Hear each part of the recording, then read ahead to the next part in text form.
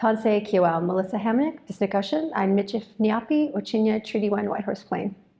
My name is Melissa Hamnick and I'm a member of the leadership team here at Native Child. And I'm very excited to share that in December of 2022, a decision was made to shift our agency's leadership model from a top-down ED model to a shared governance model, which is much more aligned with our Indigenous worldviews and ways of being. We have done a lot of research to ensure that our practices are in alignment with the tradition and ways of being on this territory. And I'm very excited to share with you how this model is going to roll out at our organization and really inform the way that we are making decisions and to ensure that they are aligned with our Indigenous values and ways of being. Miigwech. Good day, everyone. My name is Alita Sauvé. I am a Tahltan Cree woman from the Crow clan. And I am very grateful to be here to share with you about the governance process. Hi, my name is May Miracle, and I am the president of the board at Native Child and Family Services. Hello, everyone. Scano, Sewukweko, Gahandagwas Yungyats. My Mohawk name is Gahandagwas, and it means she's picking sweetgrass. I am Turtle Clan from the Ganyangehaga Nation at the Grand River Territory. Okay, so my name is David Newhouse. I'm a professor of Indigenous Studies at Trent University in the Chani Wenjack School for Indigenous Studies. I'm originally from Six Nations of the Grand River in southern Ontario. I'm Onondaga and a member of the Turtle Clan. Well, bonjour. Wamatik Dijinakaz, Megazadodam, Wasaksing Donjaba, Anishinaabe, Potawatomi, and Dao. Well, good afternoon. My name is Hilton King, I guess on my status card, but my spiritual name is Wamatik, which is leaning tree. And I am from the Eagle clan, Megazak clan, and I come from the Parry Sound area, which is Wasaksing First Nation, not too far from the Parry Sound area. And I'm also Moose clan, which Moose would be my mother. This beautiful new governance process began for Native Child and Family Services by having a birthing ceremony in the lodge on the main floor. We did that through a water ceremony, and we chose that particular ceremony because life is born through the water, and we wanted to give this governance process its due honor and really birth it in a way that is culturally sound and driven by the spirituality of who we are as Indigenous people. Well, you know, ceremony I think is very important in the beginnings of anything, and to have, to give us a starting point and to help focus us on what it is we were looking at doing in terms of developing this new governance model. The members of the Advisory Council were very helpful in guiding the process. They kept us focused, they kept us grounded, they reminded us often that we were doing this not just for a new governance model, but for the children of our community, and to keep us grounded, I'll use that word again, in that thought that this is why we were working in this process. The process of the new governance model is truly grounded in land and ceremony.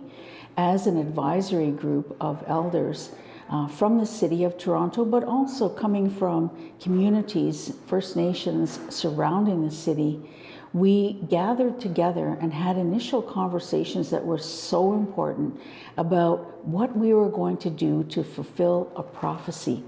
The prophecy was taking the ancient wisdom of our ancestors in our respective nations and helping it to become real in a modern context.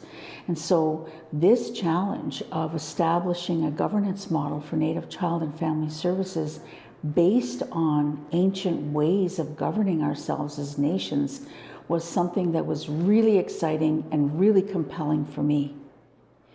I come from Six Nations. I have a lodge on the shores of the Grand River, and we gathered there as an Elders Advisory Group.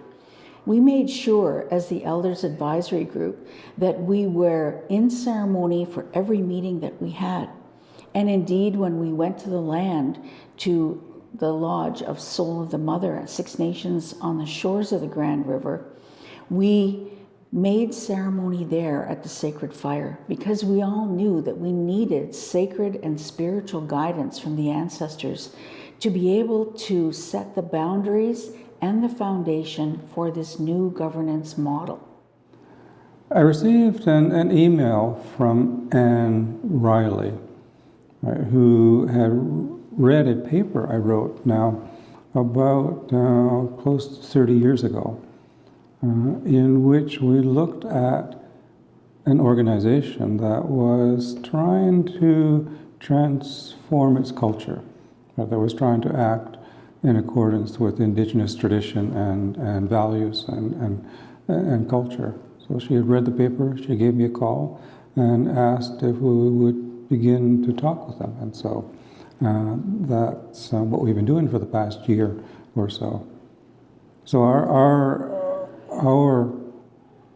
work so far has been to think about what type of culture the organization wants to build, and what decision-making processes, what organization processes they want to build, and how they would like to have those informed by Indigenous traditional customs, traditional approaches, and values.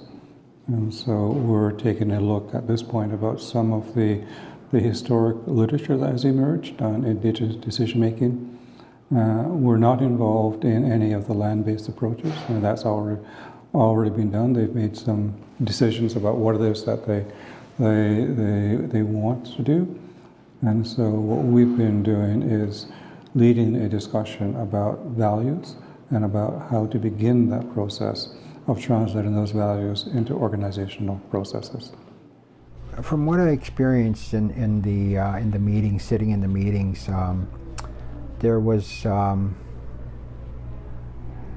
lot of discussion around ceremony and the land. And to me, being a person who tries to follow a traditional life as much as possible, I could see that a program such as this would really connect to the people, you know, because as a people, this is who we are.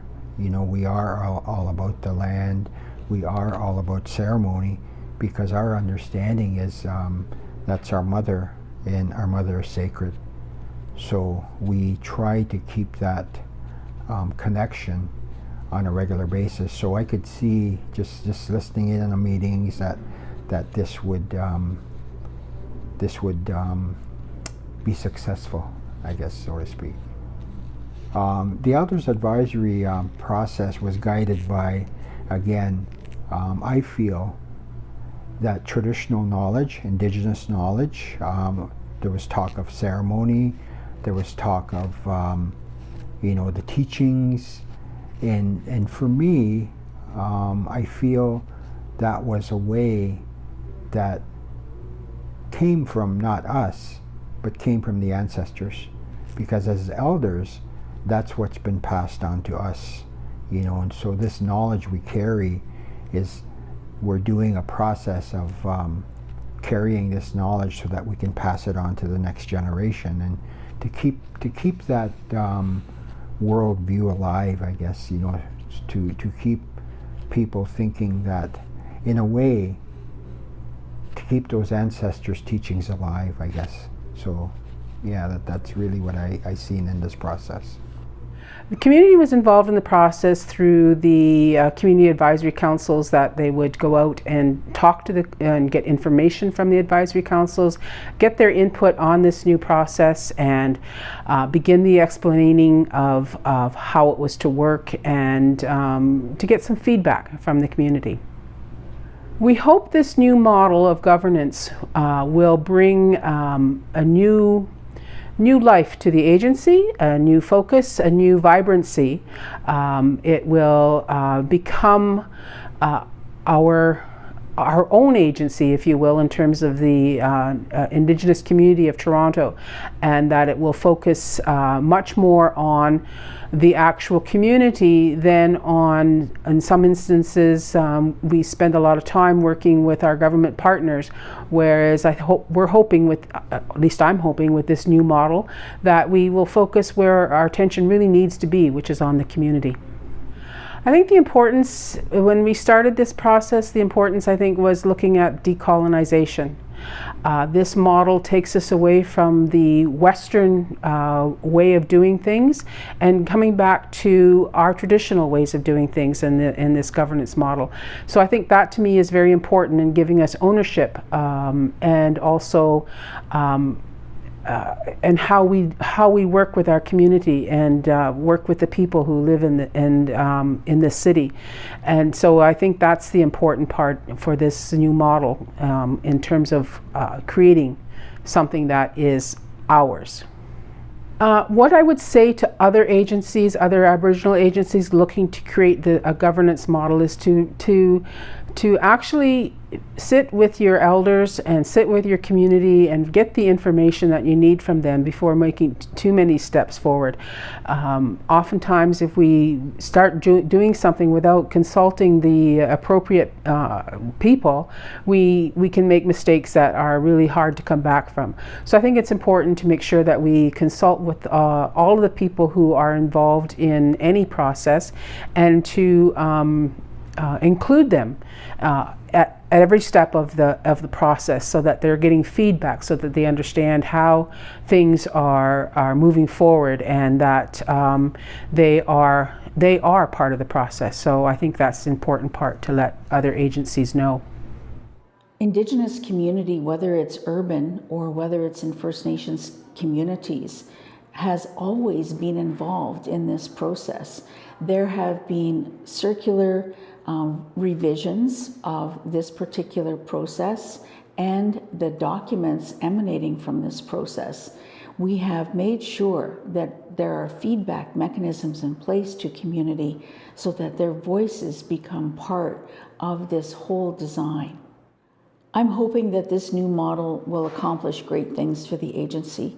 I want to see Native Child and Family Services evolve. I want to see it really work and set its feet grounded in community, serving community, and having community feedback for all of the things that we do here.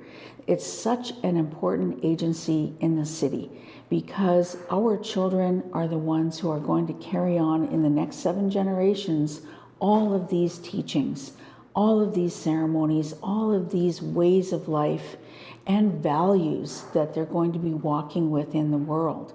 And so this governance model has to be fully grounded in community, making sure that community voice is part of all of the development process here.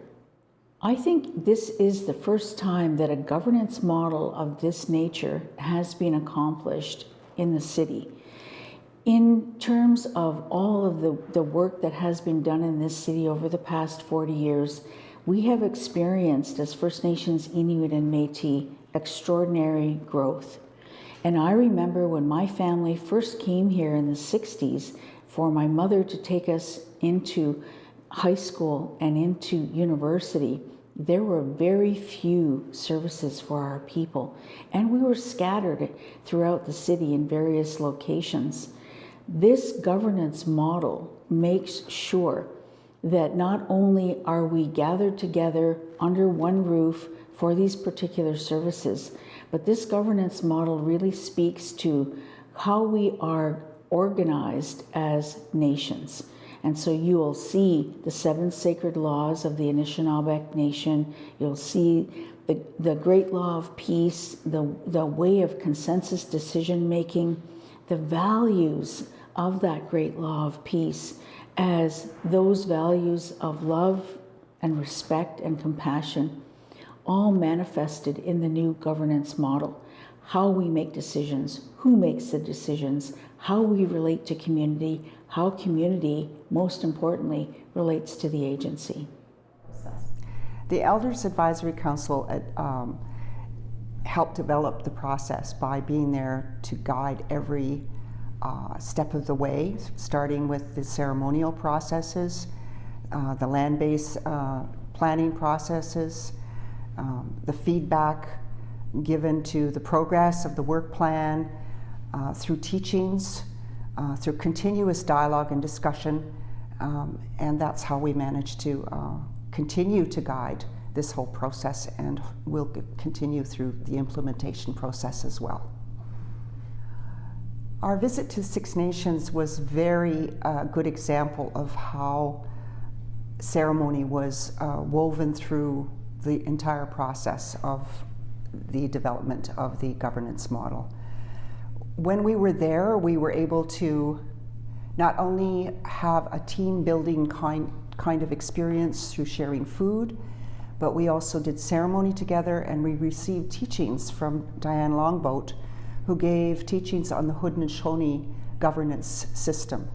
And afterwards we had very lengthy sharing circles and discussion about how the Haudenosaunee governance system could advise and inform how we will go forward in developing our new governance model here at Native Child and Family Services of Toronto. The importance of this new governance model is that it is congruent with our vision statement. We're here to provide the best possible care to families and children and community members in a culture-based manner, which includes extending support for self-determination for our people that live here, First Nations, Métis, and Inuit persons. And I think the most important process is that we're doing this because we've always strived towards this goal, this vision that we have. And this is just a continuation of it. I see Native Child and Family Services as an entity, as having a life, a spirit. And like life itself, there's a growing process. There's a birth, there's babyhood, there's childhood, and there's youthhood. I think we're entering the youthhood stage, where we are now assuming responsibility for our sovereignty in this process. And so I think that's what's most important about this governance model.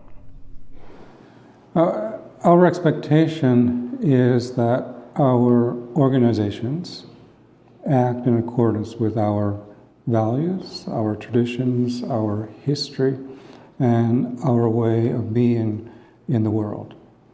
And so that's the fundamental importance, in that it represents who we are. It also means that we haven't turned our back on our culture. It represents the fact that our culture is alive, and that it's dynamic, and that it can survive in the 21st century environment. Native Child and Family Services is a very complex organization, right, that exists in a number of different, what I would call organizational domains, right? It's highly regulated because of the service provided, right? It's a community organization.